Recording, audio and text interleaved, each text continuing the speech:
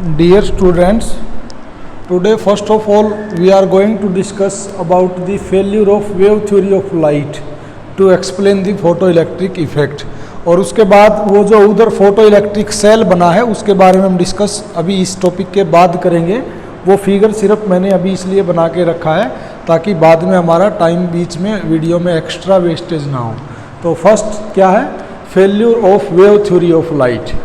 तो wave theory of light कहाँ पर फेल होती है, कुछ 2-3 पॉइंट्स हैं जहाँ पर ये फेल होती है जो आपको याद रखना है। जैसे according to wave theory of light क्या कहती है कि किसी भी वेव की जो एनर्जी होती है that is directly proportional to the intensity of the light. जितनी ज़्यादा इंटेंसिटी होगी उतनी ही ज़्यादा उसके अंदर एनर्जी होगी। अब अगर एक हाई इंटेंसिटी की लाइट किसी ऑब्जेक्ट के ऊपर पड़ेगी तो वेव थ्योरी क्या कहती है कि उसके अंदर एनर्जी भी उतनी ही ज़्यादा होगी और वो अपनी उतनी ज़्यादा एनर्जी की वजह से जो इलेक्ट्रॉन्स इमिट होंगे वो इलेक्ट्रॉन्स की जो काइनेटिक एनर्जी होगी वो उतनी ज़्यादा होनी चाहिए।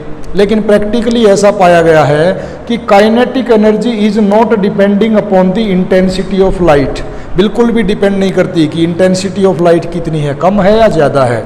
तो वेव थ्योरी तो ये कहती है कि ज़्यादा इंटेंसिटी का मतलब ज़्यादा एनर्जी, और अगर ज़्यादा एनर्जी उनके पास जाएगी तो they will absorb more energy and there will be more kinetic energy.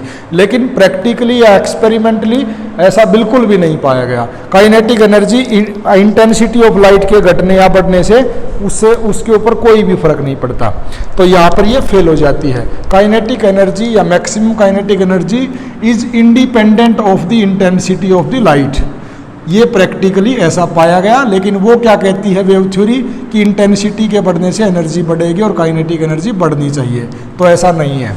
एक पॉइंट तो ये है।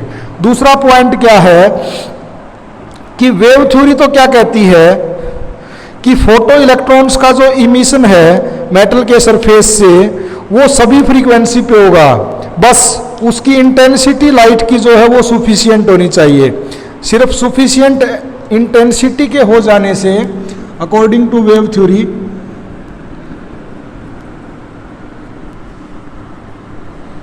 If intensity of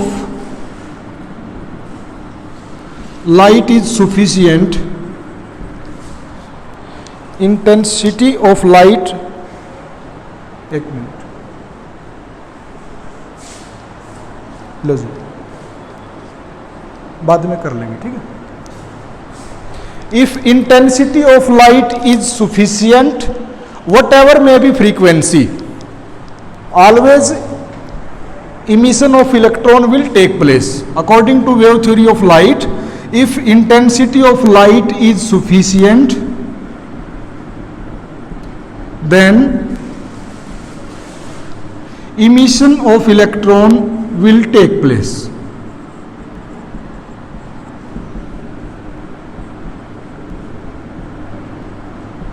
Whatever may be its frequency. लेकिन रियल में क्या होता है, एक पर्टिकुलर फ्रीक्वेंसी होती है, उस फ्रीक्वेंसी के बाद ही अगर उससे ज़्यादा फ्रीक्वेंसी होगी तभी इलेक्ट्रॉन्स का इमिशन स्टार्ट होता है, which is known as threshold frequency.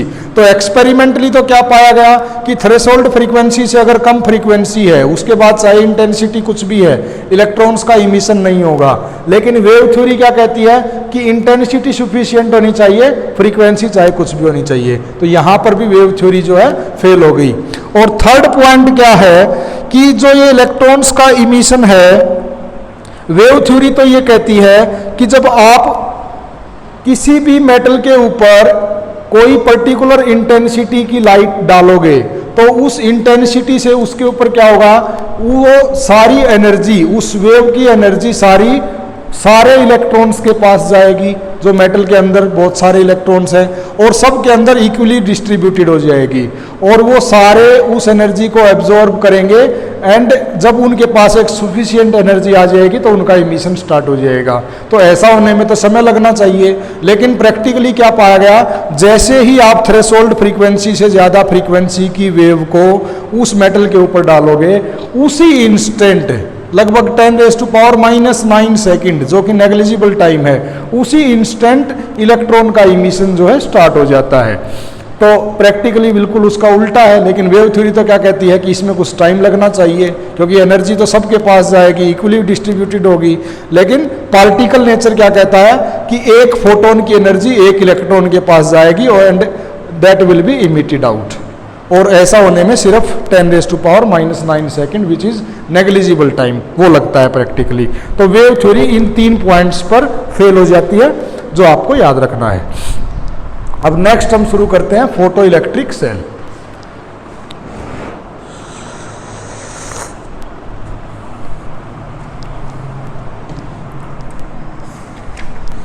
ये फोटो इलेक्ट्रिक सेल क्या है?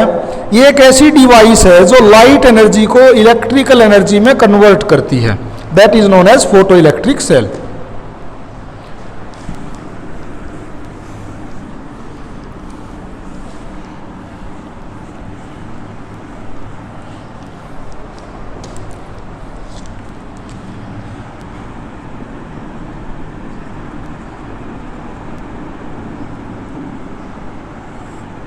It is a device which convert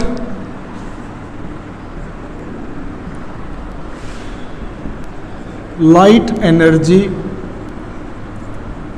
into electrical energy. ये लाइट एनर्जी को इलेक्ट्रिकल एनर्जी में कन्वर्ट करती है। इसमें क्या होता है, जब एक इंसिडेंट लाइट, ये एक कैथोड है, ये एक एनोड है। कैथोड और एनोड ये कैसे बने?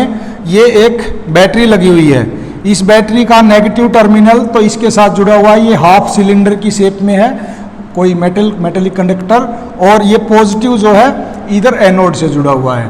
तो और ये कुछ नहीं, इसको प्रोटेक्ट करने के लिए, ताकि कोई भी बाहर का सराउंडिंग का इफेक्ट इसको डिस्टर्ब ना करे, इसलिए ये ग्लास या फॉस्फर ब्रोंज का इस तरह का कोई मटेरियल से इसको प्रोटेक्ट करते हैं। और ये इसका बेस है, इसमें से ये 2 वायर्स जाते हैं, इंसुलेटिंग मटेरियल होता है ये।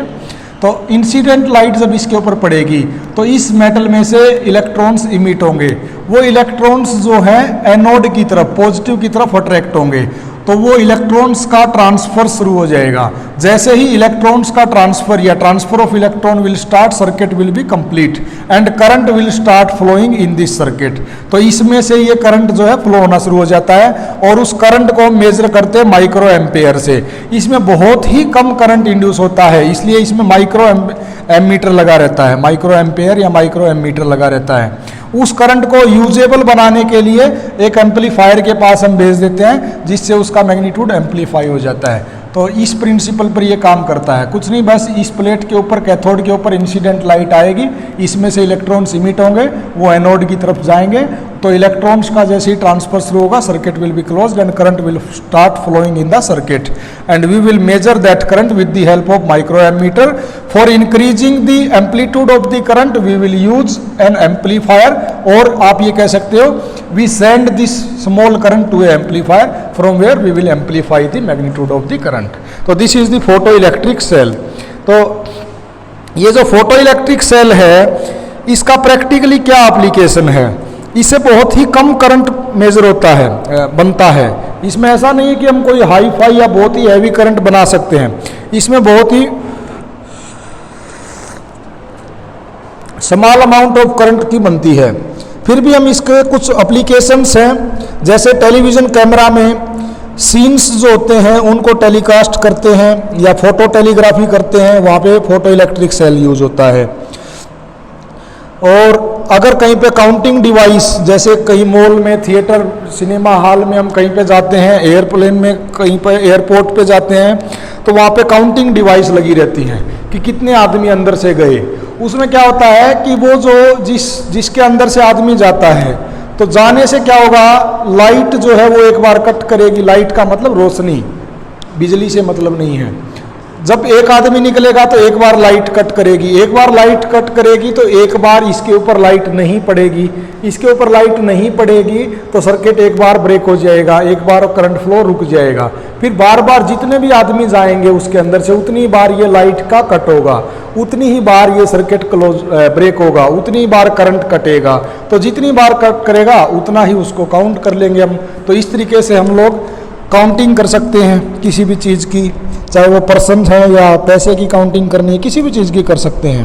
फायर अलार्म्स में, बर्गलर अलार्म्स में इसको यूज़ किया जा सकता है, टेम्परेचर मेजरमेंट के लिए इसको यूज़ किया जा सकता है। तो इस तरह से इसके बहुत सारे यूजेज हैं। अब लाइट जो है वो ड्यूल नेचर की बन गई।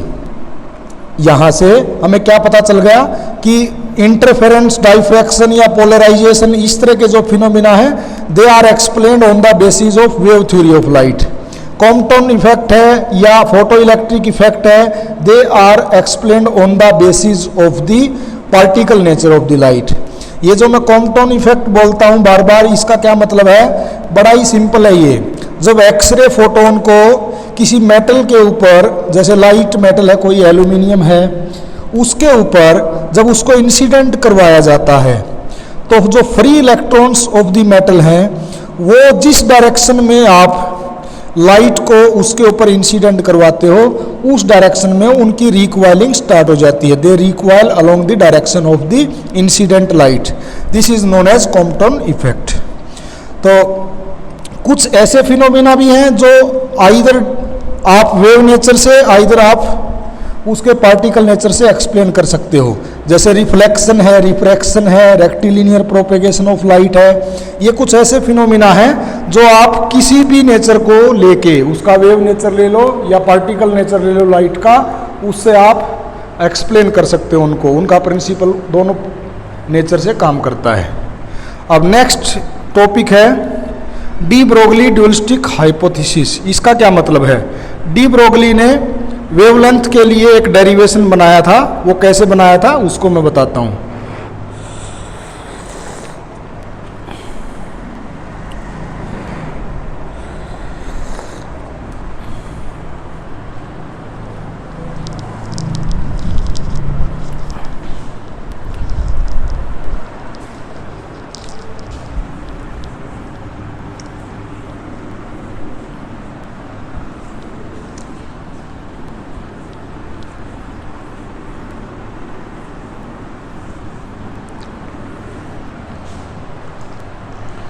तो ये डी ब्रोगली हाइपोथेसिस में क्या है?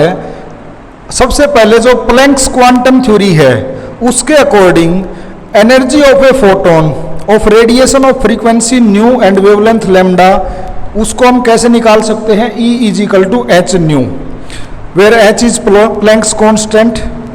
अब अगर इस फोटोन को हम एक पार्टिकल कंसीडर कर लें जिसका मास m है और इसकी एनर्जी अगर निकालनी है, फोटोन की हमें एनर्जी निकालनी है, उसका मास m है क्योंकि हमने उसको एक पार्टिकल कंसीडर कर लिया, और फोटोन की वेलोसिटी जो है हमें पता वेलोसिटी ऑफ लाइट के बराबर होती है। तो उस सिचुएशन में उसकी जो एनर्जी होगी वो किसके बराबर बन जाएगी? mc² के बराबर बन जाएगी।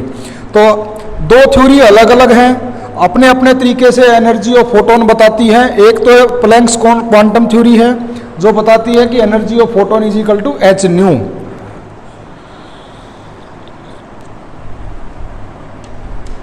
दूसरी थ्योरी बताती है energy of photon is equal to the mc² when we considered it a particle of mass m which is moving with a velocity which is equal to c, velocity of light.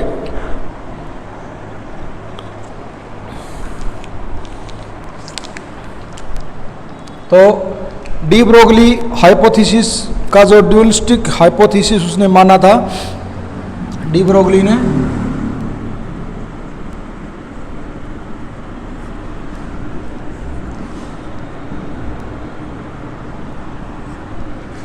एक तो energy of photon किसके बराबर है? E into में h nu, where h is Planck's constant, this is according to Planck's theory, and nu is the frequency.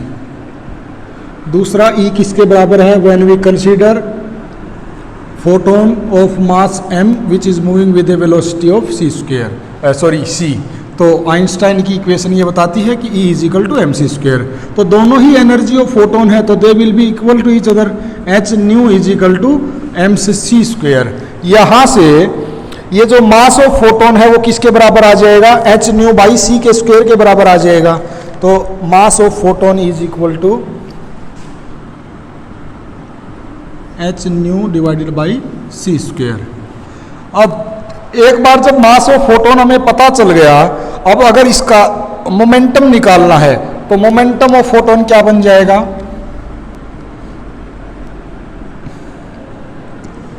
Mass into में velocity. लेकिन velocity of photon किसके बराबर होती है, वेलोसिटी ऑफ लाइट के बराबर होती है। तो ये किसके बराबर आ जाएगा, momentum is equal to mass तो है h nu divided by c square into में सी, सी से c cancel, h nu by c. This is the momentum of the photon. अब सी बाई न्यू किसको बराबर होता है, लेमडा के बराबर होता है। तो this is h by lambda, this is known as momentum of the photon. और यहीं से अगर वेवलेंथ निकालनी है इसकी तो वेवलेंथ को इसका उल्टा लिख सकते हैं, h by momentum. According to dual hypothesis of de Broglie, wavelength किसके बराबर आ जाएगी, एच बाई पी के। और पी क्या रिप्रेजेंट करता है, मास इनटू वेलोसिटी, मोमेंटम को रिप्रेजेंट करता है। तो this is the wavelength given by the de Broglie by considering its dual nature.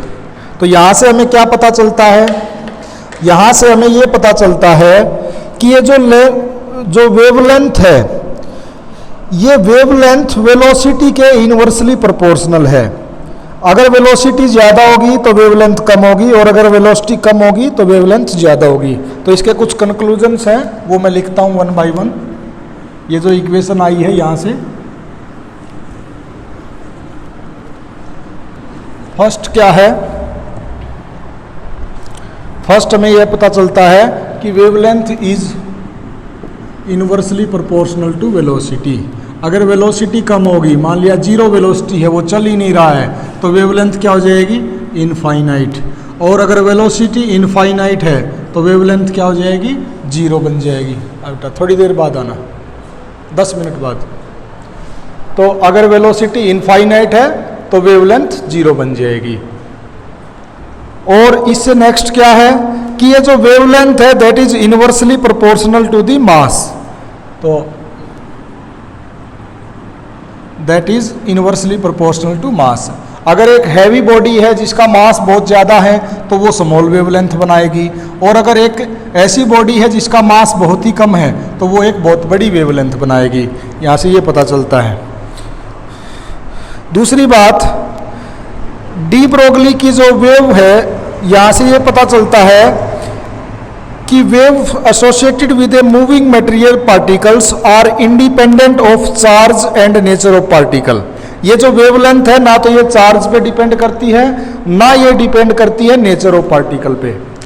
तो wavelength is independent of charge and nature of the particle.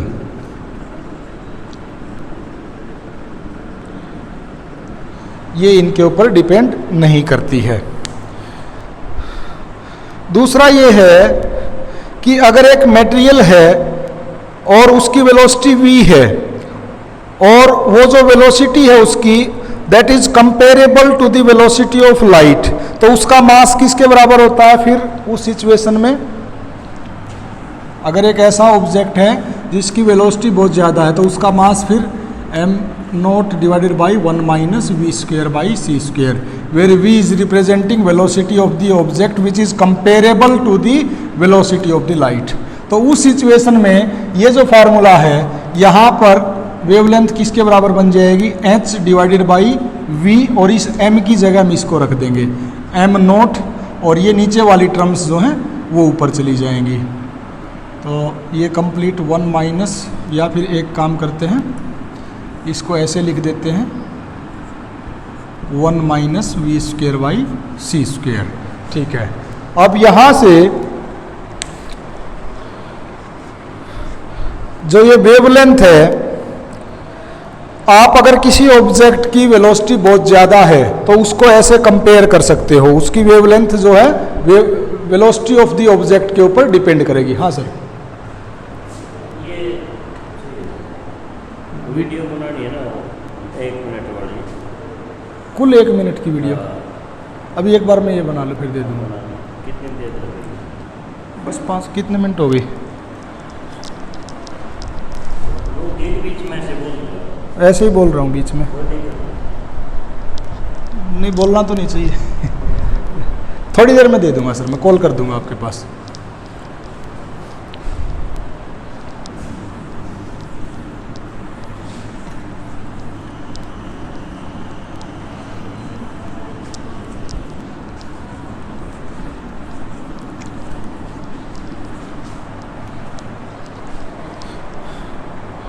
Next ये है कि ये जो वेव्स है इनकी एग्जैक्ट पोजीशन को हम लोग पता नहीं कर सकते, सिर्फ उनकी हम एक ऐसे डिफाइन कर देते हैं कि ये इस एरिया के अंदर मिलेंगी। Position of wave can not be located exactly. Wave nature of materials जो है वो introduce the problem of particle location, वो मतलब पार्टिकल की लोकेशन क्या है उसके लिए प्रॉब्लम इंट्रोड्यूस करता है, हमारे लिए प्रॉब्लमेटिक है वो। तो इसका मतलब क्या है कि wavelength of wave associated with the moving particle define a region of uncertainty only. सिर्फ वो एक ऐसा रीजन बता देता है कि इस रीजन के अंदर आपको पार्टिकल मिलेगा।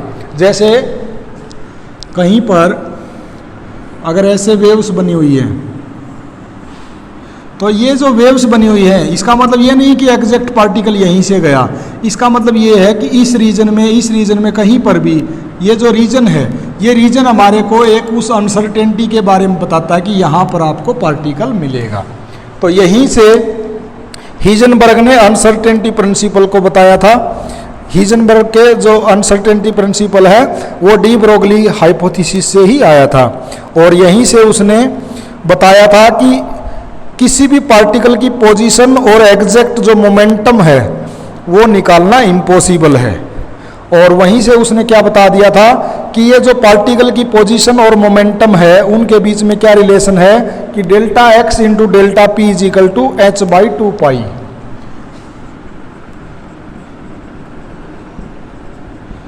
डेल्टा एक्स क्या है? Change in position. Delta p क्या है? Change in momentum. तो मोमेंटम और पोजीशन का जो मल्टीप्लीकेशन है that is equal to a constant.